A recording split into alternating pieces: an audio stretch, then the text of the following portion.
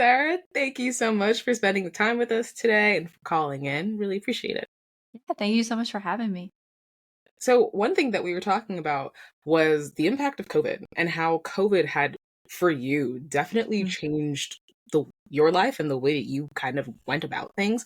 Could you just describe a little bit more about how that transition was for you and what you were able to learn through that process? Yeah, COVID really upended my life in a lot of ways. And I feel like I have to be really intentional with how I talk about COVID because for me, it was a really insane but beautiful time. And there was like Mhm. so much that came together for me in COVID that I hadn't previously, but I know it was not that experience for everybody. Yeah, yeah. Um, but leading up to COVID hitting and the world shutting down, I feel like my ultimate skill in life is keeping busy. And Yep. sometimes I try to outrun my anxieties by keeping a bit busy. And so I tend to do that to the extreme. And therefore, leading up to COVID, I was somewhere quite literally 7 days a week in person. I got married in September 2019. And right before I got married, we moved 2 hours away. We bought a house. We did all the big life things that you do in your 20s, which was really fun. Um, but where I was working at previously, 2 hours away, was paying for my school. And I was still finishing up nurse practitioner school. And so I would commute every weekend and drive in at 4 a.m. on Saturday morning and drive out at 8 o'clock on Sunday night. Ooh. Yeah, that was pretty intense. And then I would do nurse practitioner clinicals 3 days a week, and any remaining time I was teaching at a local nursing college. And so I was live in person 7 days a week for weeks and weeks and weeks on end. And we were talking about before, but I had the most divine timing with leaving my nursing job because in January of 2020, I knew I was finishing up nurse practitioner school in May. And as a result, I would no longer need to do that commute. And so I put in my notice right in the middle of January. It was a 6-week notice, which landed me at the week that the world shut down and me leaving my nursing job, Ooh. which I'm very grateful for because it was a very intense time, especially for someone with anxiety. There's a lot of swirling emotions about Yeah. being in healthcare at that time. Absolutely. Yeah. And so alongside that, my nurse practitioner clinicals, they canceled the rest of them. They said, you've done enough hours, take your license exam. So I was like, all right, done. And where I was teaching at moved everything online. And so I went from being somewhere 7 days a week to being home 7 days a week. Oh, And, that sounded really nice in theory because I had never had that experience. I've yeah. never had that flexibility. But it was a lot to take in just having like that amount of time to yourself and almost like that level of solitude. Mm-hmm. And so I decided to channel all of my energies into passing my nurse practitioner board exam that was rescheduled again and again and Oh, again because of Lord, yeah. COVID. And that also fed my anxiety about taking the exam because you gear up to take something, you have all Right, this right. anticipation anxiety, and then it doesn't happen. And there was even one time that they rescheduled me by accident to a testing center, literally in Dubai. Like it was like not even in Whoa. the country. You gotta fly.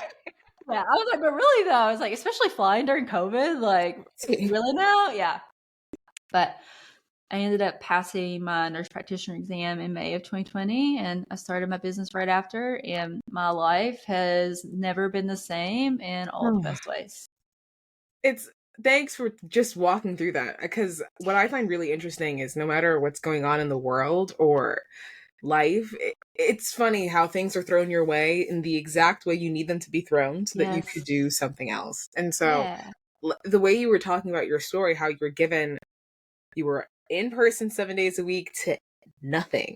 I mean, talk about that switch because I do the same thing. I absolutely love being busy. I was finishing up my firm D around that time. And so I also went from working 2, 3 jobs and doing extracurriculars and leadership to nothing. And so it was a switch for me too. But how are you able to navigate that?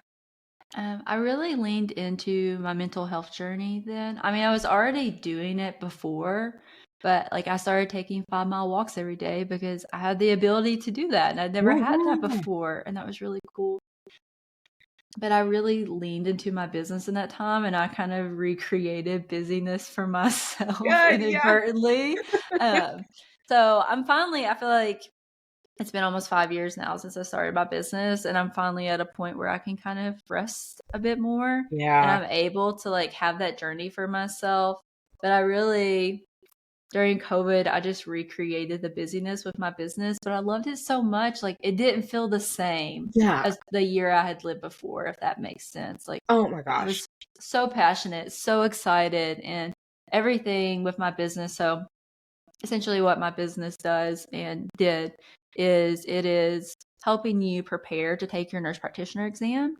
But kind of the unique spin on it is it's all about lowering your anxiety and building up your Mm. confidence. And so if you can pass nurse practitioner school, you can pass this exam. You just have to be able to believe in yourself that you can do Oh my that. gosh. And especially in a time of COVID where everyone is super anxious and there's all this uncertainty, every which direction, and people are kind of channeling that into taking their exams. And maybe they were having theirs rescheduled 12 times, like mine felt like it Mhm. was. Um, it was a really nice opportunity to help other people lean into their mental health too and kind of Yeah. their own healing journeys. And it was really fun to watch it unfold. Yeah, that again, just going back to like giving you that space to be able to, Yeah. from that tragedy resulted this really beautiful thing for you. Can you just talk more about the mental health aspect? Because I was reading a little bit about, I do gentle stalking before these, just Yeah. Casual creeping. yeah, just a little bit, just a little bit.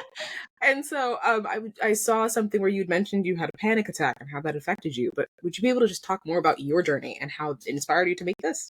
Yeah, absolutely. So I discovered my junior year of college that I was one day going to be an educator because I was doing clinicals and my instructor came up to me and she was like, hey, I want to pass medications with you. At this point, you're like Mm. halfway through your nursing program. And so Hmm. you don't always have to pass medications with the instructor anymore. Like you can do it with the nurses, all this stuff. Okay. So I was like, oh, no big deal. And I really like prepared myself in what I felt was the best way possible. I looked up every medication, how I Mhm. was going to give it, all these Mhm. different things. And so I knew why I was giving all these medications. I was ready for the quiz that I knew my instructor was going to throw at me because I was like perfectionistic type Yeah. A nursing student. I feel like a lot of healthcare provider students are that way. Um, but all that being said, when we went to pull out one of the medications, it was due to be administered intravenous push, Okay. and it wasn't a skill I had done before. Mm. And they said it was a skill that would just kind of pop up when you were in clinical and you'd learn it then. Okay. Yeah. And I just had the experience where it hadn't popped up for me. I was like, okay, no big deal. And I told her that I was like, I want to give this safely. So like, is this something you kind of walk me through? Let's do it together. Mhm. And it very, very quickly turned. And she was like, by this point in your program, this is a skill that you should know how to do on your own. And you have about 2 minutes to figure that out. Whoa. Yeah. So for someone who is very type A and anxious at a baseline and moderately overwhelmed just as a human, Yep. um, being yelled at was a lot for me because, school was always kind of my thing and I got a lot of validation from school. Mm. And so not being good at something and not knowing how to do something was really hard for me. So like it was hard to even tell her that like I needed Right. the help in the first place. And then to get that reaction Uh, was even harder. So all that being said, I ended up having my first public panic attack during that clinical. And it was humiliating. It was in front of all the nurses in the nurses station, my fellow students, the whole shebang. And at the end of that clinical day, they said that they were going to give me this thing called an unsatisfactory. So when you're in nursing school, it's like a 3-strike system. You get 3 mm. unsatisfactories and you're out. So even though I'd never been taught the skill before, I got an Why not? unsatisfactory for not knowing how to do it. But then I got a second unsatisfactory for having a panic attack. And they were like, Hmm. honestly, like you're so anxious, like we don't think you're going to be able to be a safe nurse. And so it would be best for you to choose to leave nursing school on your own. Wow. Yeah, talk about like I can't remember most of the rest of that day. Like that's Exactly. how Yeah. like it was just like this Exactly. horrific moment. Like I was like my whole world is tumbling down. Yep. I'm halfway through nursing school. I paying for this thing myself. Like there is no other route for me. I have to finish this sort of deal. Um so I took a couple of days off and I came back and I was like, I've decided I'm going to stay. And we had to do this whole like action plan thing of Mm. every assessment I did was with my instructor. Every med I gave moving forward was with my instructor. It Oh, was very intimidating. yeah. But I tell you all this to say that I was like, I know that I'm not the only student who is overwhelmed or anxious or wants to do things correctly, all the things, right? Right. And so I decided then, I was like, I really like, I would love to teach someday and I would love to be able to turn this around. And I didn't know exactly what that was going to look like then. But both my parents are teachers actually, and I'd always loved teaching. That felt very synergistic for me. And my senior year of college, I was actually asked by a different instructor to tutor someone. Hmm. And that was kind of my first dabble into business, just inadvertently, because I was tutoring this one student and it was going really well. And I was like, well, if I'm doing it with her, like I could do it with other people, right? Yeah. And so it very quickly turned into this thing of I was tutoring one student, and by the end of that semester, I was tutoring 40 students.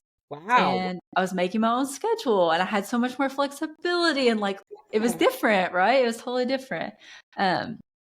And so as soon as I graduated nursing school, I ended up going back and getting my master's in nursing education.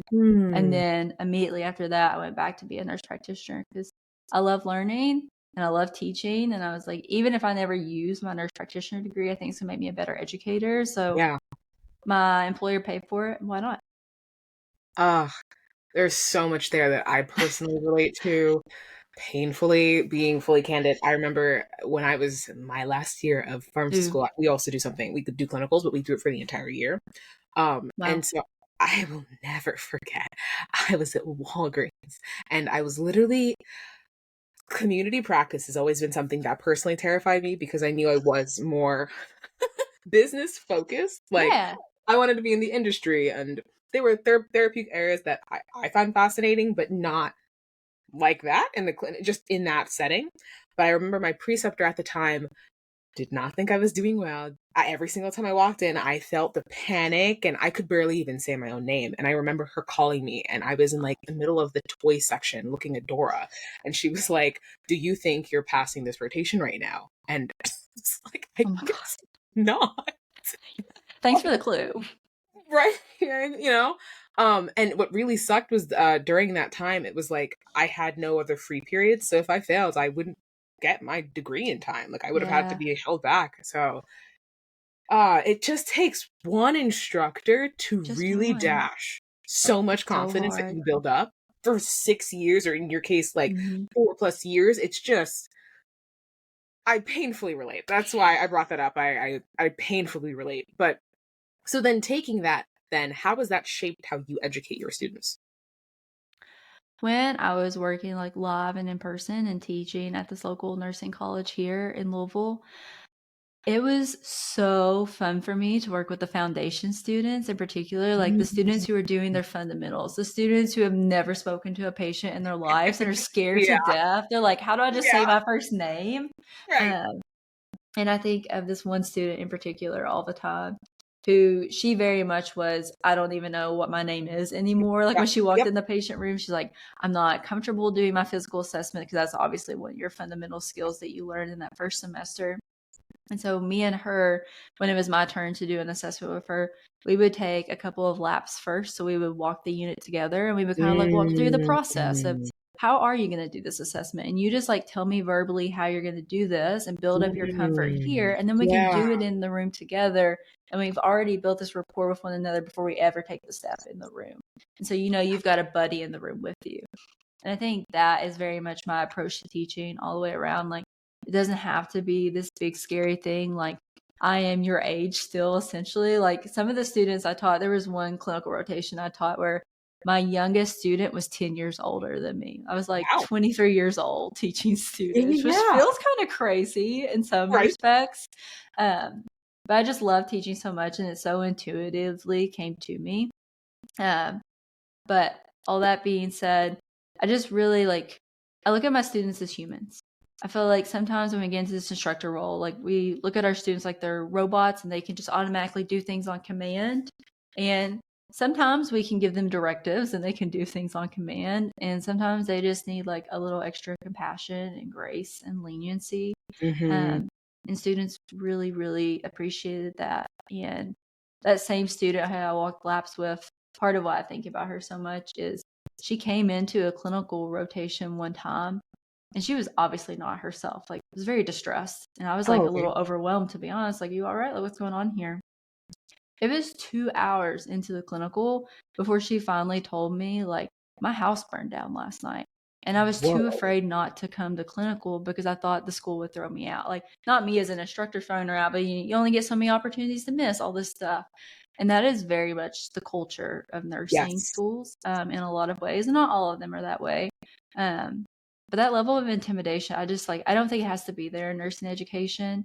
And I know that there are plenty of anxious students out there, and these people are not siloed and isolated and alone. They just have to be able to find each other, and like they got to have that Yeah. connection point. And that was kind of the beauty of my business too, of so much of it being virtual. Like thousands of people came together in my Facebook group and Mm. were like, "I'm so anxious about this exam." Like I'm like, "Oh, it's totally fine. You're not the only one. Meet these 1,000 other people who are also anxious Yeah. about this exam." Oh man. I mean, there's so much there to even talk about. I also there are two things that I want to ask about, but they're like very different. So the first thing that I really wanted to touch upon is just going back to the culture surrounding. I don't even think it's just nursing schools, but nursing schools, in my opinion, pharmacy schools, Healthcare and professions, yeah, just healthcare professions. This maybe demonization's too strong, but this not encouragement around the mental health space and for sure. supporting our students within that aspect. I mean, and I don't even really understand why. I mean, mental health is health, and wouldn't you want Uh to huh. support that with your Don't you students so want them they to have a solid mental health foundation going into being a healthcare provider? healthcare Uh-huh. professional? It's kind of Mhm. part of the job. For I sure. just because when you've been starting these from starting these reviews, how have you heard other people comment on how it's different or how it complements that rigid culture that a lot of healthcare students go through? Like, how has it, in a sense, kind of combated each other in a good way? I feel like for a lot of people, like they're feeling seen for the first time because like when you're deeply enmeshed in that culture, you really do think you're like the only human going Yeah. through this. And I think when you realize that there are other people that are having the same experience alongside you, it lets them go into practice a little bit easier because they're like, Mm. oh, it's not just me. And there's going to be someone else in my job that probably feels this way or lacks a little bit of confidence. They're figuring themselves out, all those things. Um, so I think it just opens up a nice opportunity for more conversations among people as they move forward in the careers, whether they're becoming nurses, nurse practitioners, etc. But for a lot of my nurse practitioner students, because that's where my company started, um, it really was the first time that someone was like, it's okay to feel this way and we're going to be all right and we're going to figure it out. You know, one of my absolute favorite things in the world to say is everything is figure outable. Like, Yeah, I it's going saw to be that. Yeah. fine. Yeah, everything is figure outable. It's all right. And just having someone to like hold your hand and say that to you is really cool. And I hope that it also helps to shift the culture moving forward because a lot of people that are going to continue on and become nurse practitioners are also going to become educators. Like they kind of go hand in hand. Mm. And working as a nurse or a nurse practitioner, you're going to be a preceptor in some capacity. So you're Yeah. going to be an educator whether you like it or not. It's Yeah. thrust upon you. Right, it's just kind of part of the process. Yeah. Like, when Uh-huh. you've learned this, you kind of have to, in a sense, help up other people, which is the beauty of it, sharing that and giving back in that sense. So my second question actually was more regarding you and something you just said, figure outable. I saw in another interview you did that you mentioned being a curious novice when you were starting your company. Can you Yeah. talk a little bit more about what that meant for you? Oh my gosh, I love that phrase too, actually. I heard that in a podcast once. Oh, nice. Yeah, there's this podcast called My First Million that I really Mm. love as you're like starting your business and you are becoming a curious novice. But I feel like when you're starting a business, everyone thinks like you have to be an absolute expert in your field to be able to do it. Um, but I'd already learned by being a 23-year-old nursing instructor that you just got to be curious and you've got to lean in and you've got to show up prepared, obviously. And I probably did more preparations for the clinicals that I taught than I needed to. But I was curious. I love to learn. Being a nurse practitioner is a lifelong learning journey. Yeah. And when I started my business, I very much leaned into that same energy because I mean, I passed my exam at the end of May. I started my business right at the beginning of June. So there wasn't a lot of gap time, right? Whoa, yeah. I hadn't worked as a nurse practitioner yet. I had a job lined up, but I hadn't worked as a nurse practitioner yet. And I had a lot of imposter syndrome. And like back then, I never would have told you I hadn't worked yet. Ooh, But teaching to an exam and living out real life are two different experiences, number one. Um, and two, I already had rapport, whether I knew it or not, because I had passed the exam. And so everybody's just looking for someone else who had passed yeah, the yeah. exam, right? And so even though I was definitely not an expert yet, and I'm not an expert today. People always think like I'm like the be all end all because Right. I've created all these courses, and I'm like, no, I learn new stuff about medicine every single day because things Hmm. always change. But Yeah. if you're curious and you're willing to learn, then you can figure it out. Oh man. I just and another thing too, because God, I feel the same way. I mean, when you're entering into a new role, I think it's just part of the again the culture of like Mm-hmm. before you do anything, you have to know 100% what you're doing, or else somebody could die. And it's like, damn, Yeah, like I don't it's know heavy. this. It's so heavy, and so being able to so radically challenge that and be that curious novice and walk in and do it anyway and figure it out, give yourself that It's permission and grace. crazy. It's crazy and it's bold. So, along those lines, because you were saying you'd had to battle imposter syndrome, what are some pillars of success you'd say that really helped you as in those early years? I would say, when I first started my business, there was just a pillar of excitement and passion because it was like, this is the thing that I've always wanted to do. I've always wanted to educate, and now I Yeah. get to do it at mass scale with all of these people. Like, how freaking cool was that? And so there was just almost like an energy of fun in the beginning. Mm. Um, but I think where people get trapped a little bit in business is like you feel that initial spark of excitement and like you chase that for a little bit, but then like you lose the consistency behind it. And Mm. so there were several different little Facebook reviews at the time to prepare for your nurse practitioner exam. So there's like the old school version, which is like the 2-day conference style, which pivoted to webinar during COVID, which wasn't a solid pivot. Like that's It's never being solid. Yeah. it's never a solid pivot. It's just different. Live and webinar are Yeah. different. So you had like the old school group, and then you had like these new age Facebook reviews, and they might pop up for a month or two, and then like they die off. Versus I Mm. was like, this is my like big opportunity, and I love what I'm doing so much. Like I'm gonna show up here every single day, and people are gonna know that I'm gonna show up every single day, and having that consistency over and over and over and having an audience of people who knew what to expect from me all the time and that I wasn't just going to drop Mm. off the face of the earth and like I was here to be their friend to help them through the process. I think consistency is huge as you start a business. Yeah. And even just there's so much too, as you were saying, the landscape changes, and then therefore the strategy behind it changes when you're going in person Mm. to remote. And so I'm actually really curious about that. You had said you had experience doing it in person, and so when you were starting your business remote, what are the learning curves that you had to go through when you were transitioning that different platforms, different Yeah. audiences? Fortunately for me, right before, I took my own exam and did all of that, all of my teaching pivoted online. And Oh yeah. it was so, we didn't get any training or education about how to pivot to online teaching. It was just kind of like thrust You just upon you. I kind of was had to like, do it. oh, okay, I'm just going to do this now.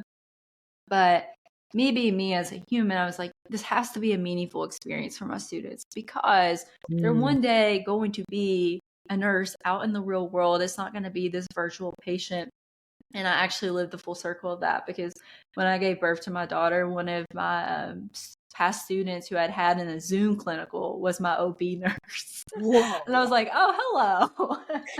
um, but that being said, I had a lot of flexibility to be really creative. And so they gave us this virtual patient to do with our students, but they didn't dictate how we did it.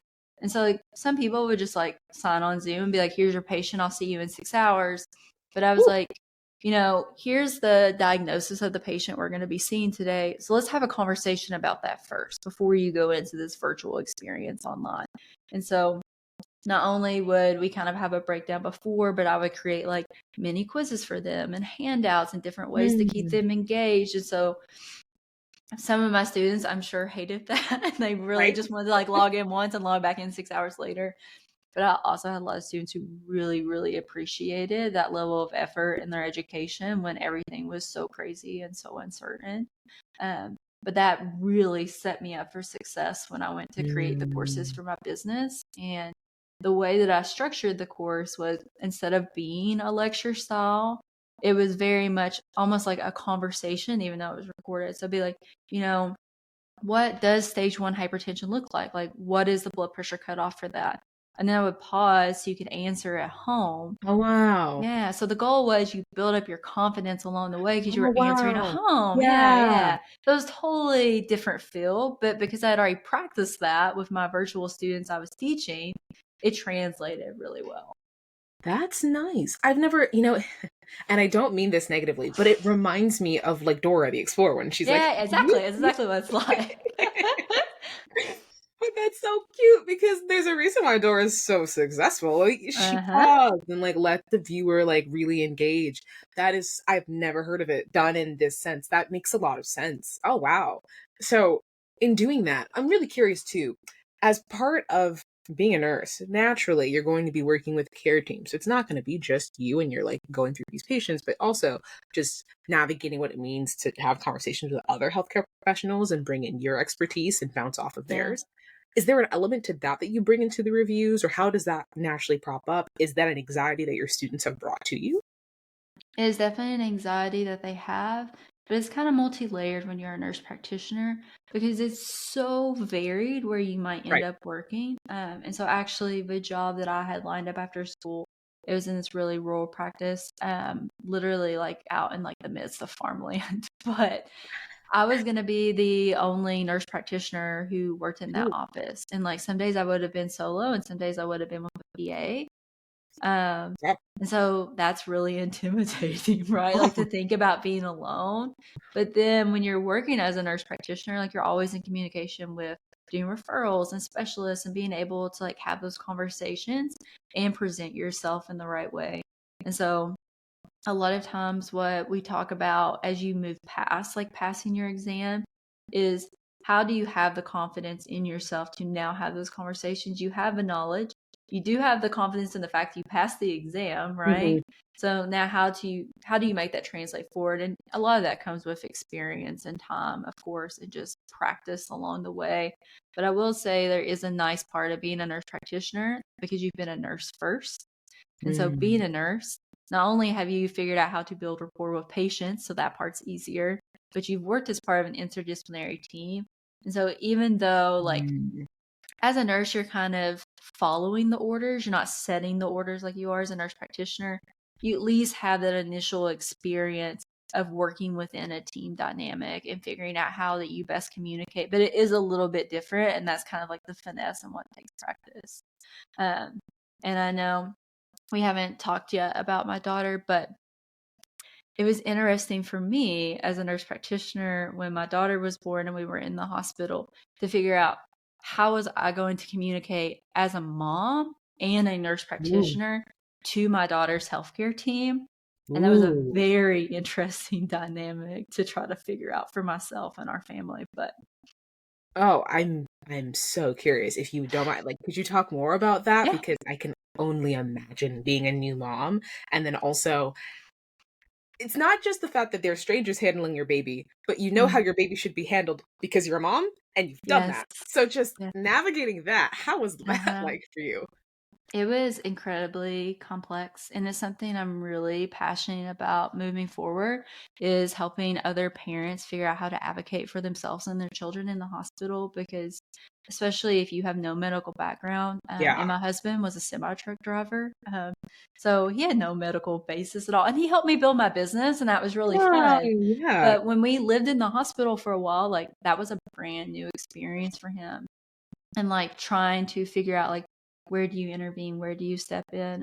So to just give a little bit of like color and background, when I was 36 weeks pregnant, I had 2 normal anatomy scans, but I switched OBs in my 3rd trimester. I had another anatomy scan just as like an insurance liability thing. Yeah.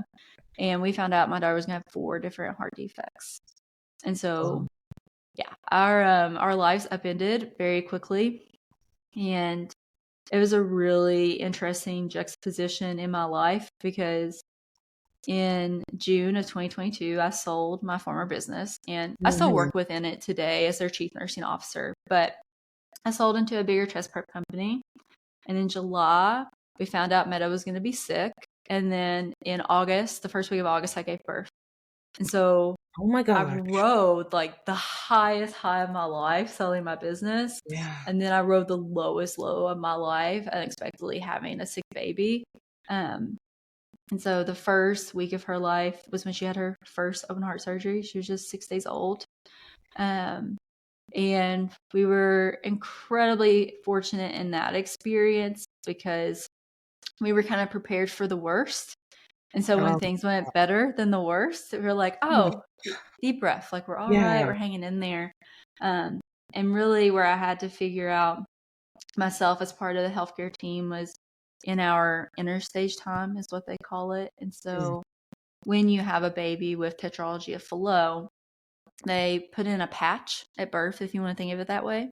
And the goal is they grow bigger and stronger, and then they have like the true surgery to fix the defects. Mm. And it was Thanksgiving, and I was up with Meadow early in the morning, like 5 a.m., because that's the time that 4-month-old babies are awake. Right. um, Back then, during her interstage time before her big surgery, her oxygen would run like 80% at normal. Like that was just her Mm. baseline. Okay. But we were always watching to Yeah. like if it dropped, like we knew to go to the hospital sort of thing. And so she was peacefully sleeping beside me, and I was just watching her. And the monitor dropped down to 50%, and I was like, panic, right? Like suck Hmm. the air out of you, sort of thing. And I kind of like fiddled with her and like woke her back up, and it went back up to 80. Wow. But I just had this gut feeling. I was like, it could have been a fluke. I was like, those monitors that you have at home are kind of fluky. But like, that's how do you like translate to a team? Like, I know her oxygen went back up to 80 and that's what you want, but I have this gut feeling as a mom that this is not right. Right. Um, and so we went in the following Monday and her patch went bad and it was like emergently Mm. time to have her second surgery. So it was so nice for me to have the basis as a nurse practitioner to be able to be like, I know this is probably okay, but my gut says otherwise. So let's do more work. Let's do a double check here, sort of thing. Um, but really, like as we got into the depths of her second surgery, which went way worse than anybody intended, that's where I kind of got my real experience of how do I discuss with her healthcare team like the nuances of Meadow? And I know she's only 4 months Yeah. old, but like you guys are in here 30 minutes a day. I'm in here 24 hours a day. And so like there are things that I see and know about Meadow that you don't know. And that's okay. But like how can we come together to do her care together? Um, and how can I like best educate my husband so we can make really nice guided decisions Yeah. together instead of me just like overpowering the situation and going full nurse practitioner mode and like living that life. It was a very interesting experience. Thank you so much for sharing. That is so layered. That is so complicated because it's on the one hand, that is your baby. You are the Yeah. expert of your baby. Like that is your. Apparently, this fly in my room also agrees with me, which is why they're around. I don't. I'm sorry. Oh, But I can just hear that complication because, and that's something that a lot of patients when they're coming into the healthcare system with the problem have. Like, yeah. I know you don't know me that well. I know you're the experts, but I'm an expert here too. And so balancing that, especially if you have no healthcare clinical experience at all, I Mm-hmm. mean, that journey is so nuanced. But for you, it's like the double-edged sword of you do know, and so it's like you know their It's end as well as mhm. yours, and you have to educate your husband who has absolutely no idea. I commend you for going through that. That is very difficult. But a question I have is what advice do you have now for parents, for patients moving forward who find themselves in a similar position? How do they best navigate something like that? I think that the very best thing that you can do as a parent, I've recently met a couple of parents, I don't know how this happened to me, who like they know the name of their baby's diagnosis, but they can't really like explain it to you. Mhm. And I just like can't there's nothing better that you can do as a heart parent, because that's like what we like to call ourselves. Meadow is a heart warrior. I am a heart parent, but there's nothing Nice. better that you can do as a heart parent than understand all the different complexities of your baby's heart. And so, Meadow had 4 different defects. That's a lot to wrap your brain around. And so you have to be able to understand the normal anatomy first to then go on and understand like what's going wrong. And by having that understanding and going into her surgeries with that knowledge, like both me and my husband, then it gave us the Mm. ability to know when things felt not right. But if we didn't have the understanding, whether we were medical providers or not, then we can't really have that intelligent conversation and really be a part of the team. So the first step is just Mm. understanding your baby's heart. And it was a little bit shocking to me, like people who didn't understand their own baby's defects. And there's absolutely no judgment in that. And there is a Yeah. lot of grief. And that is also a way of coping in some ways when you kind of Yeah. like disconnect. But if you're gonna live in the hospital on end like we did for several months, having that basic understanding is, I mean, it's paramount. It's absolutely critical. I can totally, yeah, because how else do you like that is your it not only gives you because you already have the expertise of that being your baby, but it gives you some credibility of like I've actually Yes. done my research and my homework too. Like I Hmm. can actually I know what I'm contribute. saying here. Yeah, yeah. Like there's an element of, oh, I think I get this. Help me Hmm. help you see where I'm Yes. coming from. Oh man. I have to ask, how's Meadow doing now? I love when people ask about Meadow, actually, so thank you.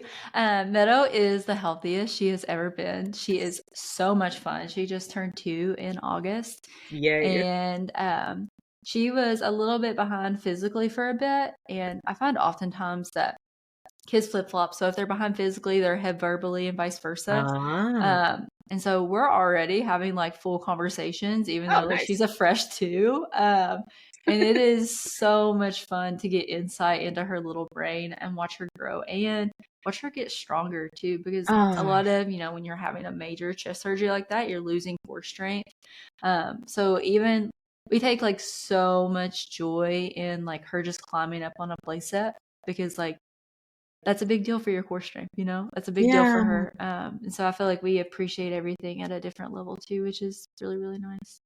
Oh man, that's awesome. Oh man, Mhm. congrats to Meadow. Is Yeah. she has she been a terrible too? Has she painted your walls yet? Or Now that you say that, she painted on the floor last week and it startled me. But oh God. I was like, it's fine, it's washable paint. I like to Right? tell people she's a terrific too. She's Oh, just that's fun right now. cute. Yeah. I was like, I don't know what 3 nature will be like, but right now we're in the terrific twos and I am soaking it up.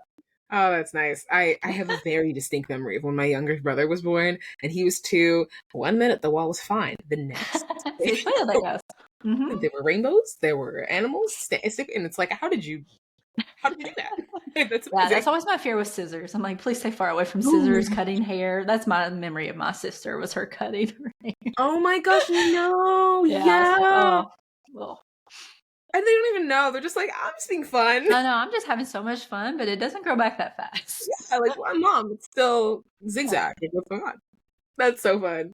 Oh man, this has been an absolute pleasure talking with you. I always love to end these type of interviews with this question, but if you were to go back to the beginning of your journey, and I have no idea where you would even determine that, maybe it's 10 years old on the playground, maybe it's your first day of clinicals, maybe it's the start of your business, but if you were to go back to the beginning, what would you have told yourself? That's a loaded question, I my know. friend. I know. I think if I could go back, I think I would go back to my nursing school self, because That was the self that struggled the most. That was the self that had just no self confidence or really any vision of what was coming. I was just like, I'm going to become a nurse and this is my life. And like, if I, not that I was going to live a mundane life, but I could never have envisioned this life Right. today. Yeah. I think that I would tell her to just give herself a lot of grace and Mm. compassion. I wouldn't want to really like paint the picture of what's coming because it's so much more fun when you don't know what's coming. Like Right? so much more beautiful that way. Um, but I really like I wish she hadn't been so hard on herself. And I would absolutely encourage her to keep leaning into her education because I felt like education, getting the degrees I got, it was such a ticket. And it set Mhm. me up for such success. And it was a super important part of my journey. So I think that's Oh what I would do. man. I personally relate to a lot of that. I think maybe it's just part of the culture, but my pharmacy school years were tough. Tough, And I so also tough. struggled a lot with my own confidence, but you have no idea what's on the other end, you know? You have no idea Yeah. where life goes past that. So, man, keeping that in frame and focus, really important. But, thank you so much for your time today. I Yeah. really appreciated talking to you. Yeah. I appreciate your time so, so much. Thanks. Um,